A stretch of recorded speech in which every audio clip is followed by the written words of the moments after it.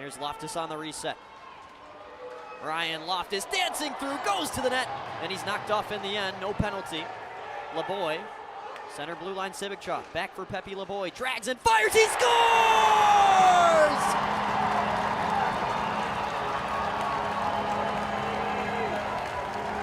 Absolute missile, top left corner, and St. Viator reclaims the lead. Now it's Adam Popiel. Clean breakout, Mason Steffen up the right side. Cuts to the backhand, feeds it through a lane, could be a chance, deflected, they score! The last touch by Matthew Ciccone, and St. Viator's going to the state championship game! Able to steer it aside. Fontana will swing it across, Marino's open, pulls the trigger and scores! Top left corner! And into the section, Marino goes back in the lineup and making impact. When we look back at this, Reeve in towards the crease. Aldridge looked to stick it up, but Dustin backed out in preparation for this. Jamison St. Clair to the net. What a save! Rebound! A shorthanded goal for the Drury Panthers, and they are very much alive and well. Single-digit minutes in the second period, 2-0 St. Viator. No goals in the middle frame so far. Dukes have started to play much better. But oh boy, here's Loftus feeding across, one-timer, they score! Matthew Ciccone on the board yet again, and it's 3-0 St. Viator. and look, this is what I was talking. Beauchamp takes it away from Gold. Across ice to Ettingen, and a 2-on-1, now 3. Ettingen waits, across, Mitchell, score! Brown will steer it ahead for him. Obrakta again loses his footing, but now a 2-on-1. Matisiak in save, rebound, score! Van Vickers on the follow-up. And the Crush looking for their third win against the Cougars this season. Start on the right foot. Here comes Jobert. What could be a 2-on-1, now a 3-on-2. Blazejowski releases and scores! Jack Blazejowski, his 7th goal of the O'Grady tournament, celebrates in front of the New Trier student section to even the game at 1. Sevens are wild. Chester answers with a hit of their own from Crane, who just scored.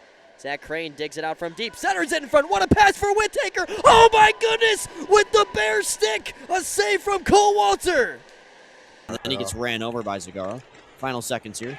Braden Albert might have a chance. Quick 2-on-1, 3 seconds, gotta get a shot on. Sine makes a save, rebound at the buzzer, they score! Oh my! What? From Allstate Arena in Rosemont, Illinois, we have one game left on the entire A-High calendar. And it comes to you live from Marquee Sports Network. It's number 3 New Trier on the home bench against number 4 Fenwick in the A-High High School Girls State Championship.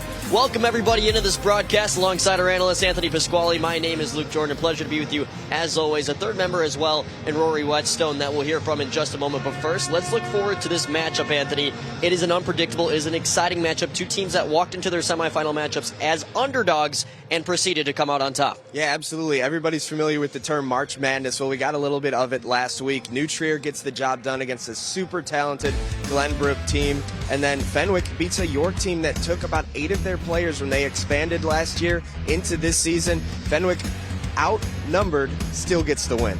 I mean, absolutely incredible how personal that matchup was. We'll talk about that as the game goes on. But let's start with New Trier and how they played against number 2 Glenbrook.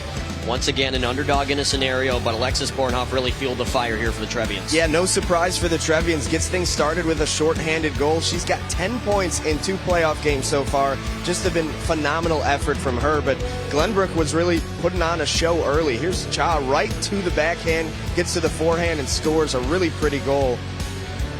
And Sarah Reeder followed it up with a nasty move. She gets in alone, pockets one, and now it's 2-1 Glenbrook. But from then forward, it was all Alexis Bornhoff and all New Trier. There's her second goal of the contest, and she followed it up not too much later with the third in the third period, her second straight hat trick. Just phenomenal stuff to give New Trier the win. Following in the footsteps of Addie Stewart, who had a 4-goal game in the state championship last year to win the state championship for New Trier. On the other end, Fenwick, it's a shorter roster this year for them, and it's because of this team on the other side that, as you mentioned, took some of their players in a bit of a reset. But still, after this York goal, Fenwick really started to find their footing. Yeah, Fenwick had their pockets full with York's Ella Scotty, who of course was on Fenwick a year ago, but 3 straight from Fenwick was all they needed. Elizabeth Boveri gets it started. Natalie Pazdo, her first goal of the season, you wouldn't believe it. Look at that move right through the 5-hole. Gets Fenwick on top 2-1, and then leave it to Kate Mulvihill, the upperclassman, to come in and score one here off the rebound. Gets it to the backhand, drops it in the back of the net. That was all Mikey Romero and the Fenwick Friars needed. Just see the emotion on some of these goals and eventually the celebration at the end. This game simply meant something for Fenwick. It felt personal, and now they're 45 minutes away on what could be their first state championship since 2019. Our third member of the crew, Rory Whetstone, had quite the conversation before this state championship. Hey, Rory.